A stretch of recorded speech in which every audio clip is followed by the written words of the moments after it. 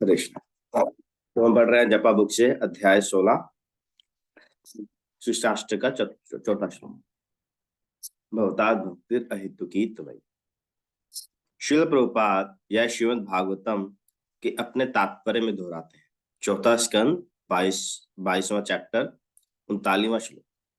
भक्तजन भगवान के चरण कमलों के प्रति अपनी दिव्य भक्ति के कारण दिव्य आनंद से इतने अभिभूत हो जाते हैं कि उनकी भौतिक सुख की इच्छाएं स्वयं एवं रुक जाती हैं। निष्कर्षता भगवान के चरण कमलों की सेवा के लिए प्रेम पूर्ण इच्छा विकसित करने से इंद्र तृप्ति की सारी इच्छाएं दमित हो सकती हैं। भगवान के चरण कमलों की सेवा के लिए प्रेम पूर्ण इच्छा विकसित करने से इंद्र तृप्ति की सारी इच्छाएं दमित हो सकती हैं, है ना। तो अभी तक हम क्या बात कर रहे थे कि, है ना, कि भौतिक इच्छाएं नहीं करनी है, वो सब कि कैसे माने कि हम किसी राजा के पास जा रहे हैं और उससे एक मुट्ठी मिट्टी मांग रहे हैं, है ना, और सिर्फ भगवान की सेवा की प्रार्थना करनी चाहिए।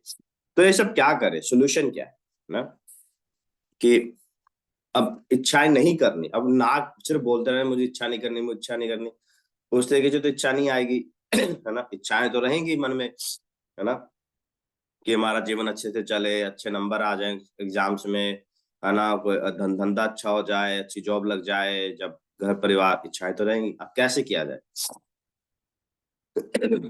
क्या लिख रहे हैं? भगवान के चरण कमलों की सेवा के लिए प्रेम पूर्ण इच्छा विकसित करने से, ठीक है ना। तो हमें किसी चीज को नकारना नहीं है ना, कि नहीं नहीं नहीं नहीं ये नहीं करना, ये नहीं करना, ये नहीं करना, है ना, वो नहीं करना, नहीं, नेगेटिव पर फोकस नहीं करना। फोकस कितने करना है?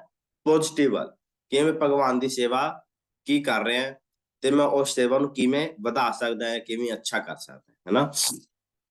लेट से आप किसी प्रोग्राम में जाते हो, तो संडे संडे आप प्रोग्राम में आ रहे हो, जा रहे हो, ठीक है, अटेंड किया, अपना प्रसाद पाया, वापस आ गए। तो अब अच्छा, इस प्रोग्राम में मैं क्या सेवा कर सकता हूँ, है ना। तो आप किसी प्रभु जी के पास गए, प्रभु जी प्रोग्राम में मैं क्या सेवा कर सकता हूँ, है ना। जैसे हम क्लास करते हैं, किसी ने व्हाइट बोर्ड ला के दे दिया, है ना, कोई कभी कोई प्रसाद लेके आ गया, है ना, कोई कुर्सियां कुर्सी सेट करती, आरती दी प्लेट बनाती। तो हमेशा आ सोचना कि हम अपनी सेवा ਨੂੰ ਕਿਵੇਂ ਵਧਾ सकते हैं और किਵੇਂ ਆਪਾਂ कर सकते हैं। ਜਦੋਂ पॉजिटिव वाल फोकस करांगे ना, नेगेटिव जो चीजें हैं भगवान की सेवा च जो चीजें नहीं चाहिए वो अपने आप छुट जाएंगी, वो धीरे धीरे अपने आप ही खत्म हो जाएंगी।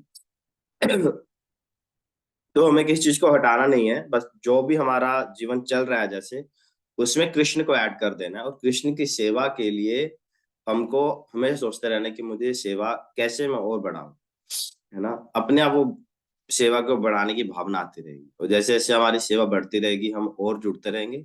जो अ अवांछित चीजें, जो अनर्थ हैं, वो हमारे अपने आप पीछे छूटते रहेंगे, है ना। यही लिख रहे हैं।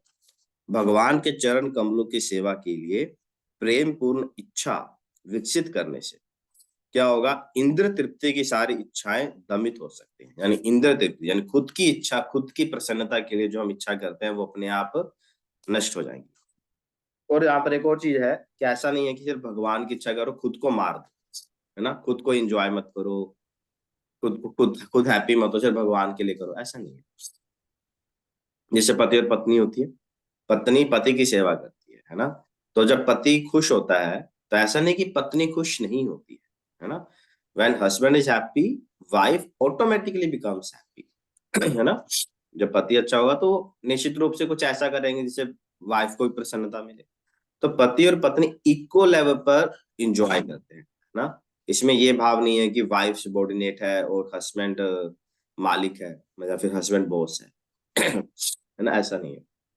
बल्कि जबकि वाइफ पत्नी पति की सेवा करती है, बट जो आनंद होता है वो इक्वल लेवल पर होता है, दोनों एक जैसा आनंद अनुभव करते हैं। उसी प्रकार जब हम भगवान की सेवा करते हैं तो निश्चित रूप से हम सेवक हैं और वो सेव्य हैं, पर परंतु जो आनंद होता है वो एक समान होता है, उसमें कोई भेद, ये भावना नहीं होती कि मैं मालिक हूं तुम नौकर हो। ठीक है। भक्त भी भगवान के साथ पूर्ण आनंद प्राप्त करते हैं भगवान की सेवा से, है ना। जो हम भगवान को भोग लगाते हैं, है ना, भक्त वही पाते हैं। भगवान तो सारा खत्म नहीं करते। ऐसा तो है नहीं कि आपने प्लेट थाली तैयार की, भगवान को भोग लगाया, 5 मिनट बाद आए तो देखा अरे थाली खत्म, गायब हो गई। ऐसा तो नहीं होता है। भगवान ग्रहण भी करते हैं, सब कुछ हमारे लिए छोड़ भी देते हैं। भगवान को आप श्रृंगार कीजिए, लड्डू गोपाल आपके घर में होंगे, कोई भी राधा कृष्ण की के विग्रह होंगे, उनको आप अच्छे से श्रृंगार कीजिए, वस्त्र पहनाइए, नहलाइए, मेकअप कीजिए, तो ये खुद को कितनी प्रसन्नता होगी। तो भगवान के साथ भक्त भी प्रसन्न होते हैं, आनंद लेते हैं। ऐसा नहीं है कि हम अपनी इच्छाएं मार, जबकि सेकंड पीले में उतना आनंद नहीं आता, अंदर से उतनी संतुष्टि नहीं आती। ठीक है। तो और भगवान के सबसे प्रथम सेवा क्या है? कौन बताएगा सबसे प्रथम सेवा क्या है भगवान की?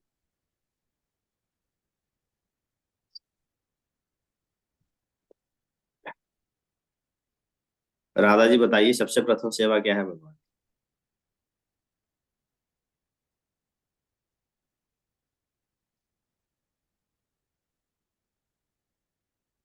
एब्सेंट।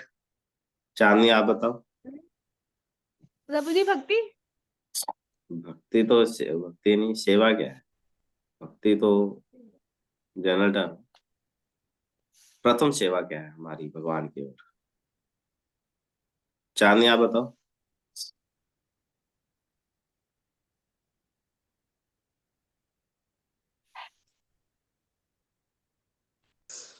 नाम जप। Yes, correct, thank you. भगवान के दिव्य नामों का जप। हरे कृष्ण कृष्ण कृष्ण हरे हरे, हरे राम राम राम हरे। ये जो प्रतिदिन हम हरि नाम का जप करते हैं, ये प्रथम सेवा है।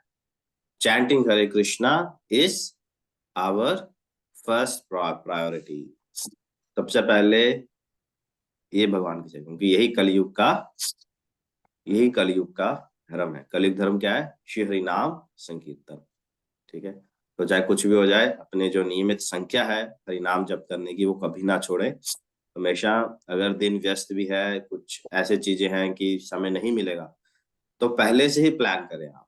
ठीक है, पहले से ही प्लान करें, अच्छा अगला दिन मेरा बहुत बिजी होने वाला है, तो मैं सुबह उठकर ही जब अपना कंप्लीट करूँ। ठीक है। चाहे तबीयत खराब भी हो, तब भी बेड पर बैठे बैठे धीरे धीरे धीरे हरि नाम का जप करते रहे। तो जो संख्या है, तो हरि नाम जो है वही भक्त का बल है। हरि नाम से ही शक्ति आती है। कोई बोले अरे हरि नाम नहीं करते, बट हम लड्डू गोपाल की सेवा करते हैं, है ना, मंदिर जाते भजन करते हैं, बट बिना हरि नाम के कुछ नहीं हो रहा। ठीक है, तो आप सब इसका ध्यान रखें और खुश रहें। हरे कृष्णा। आज प्रभुपाद जी का कोट पढ़ लेते हैं। आज है 22 दिसंबर, फ्राइडे।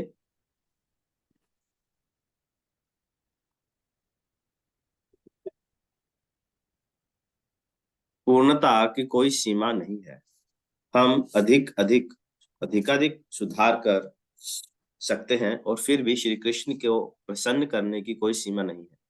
उसी प्रकार से जैसे भौतिकवादी के लिए इस बात की कोई सीमा नहीं होती कि माया उसे कितनी ठोकरें मारेगी। बलवंत को पत्र, 22/7/1971। ठीक है, so thank you very much. Hare Krishna.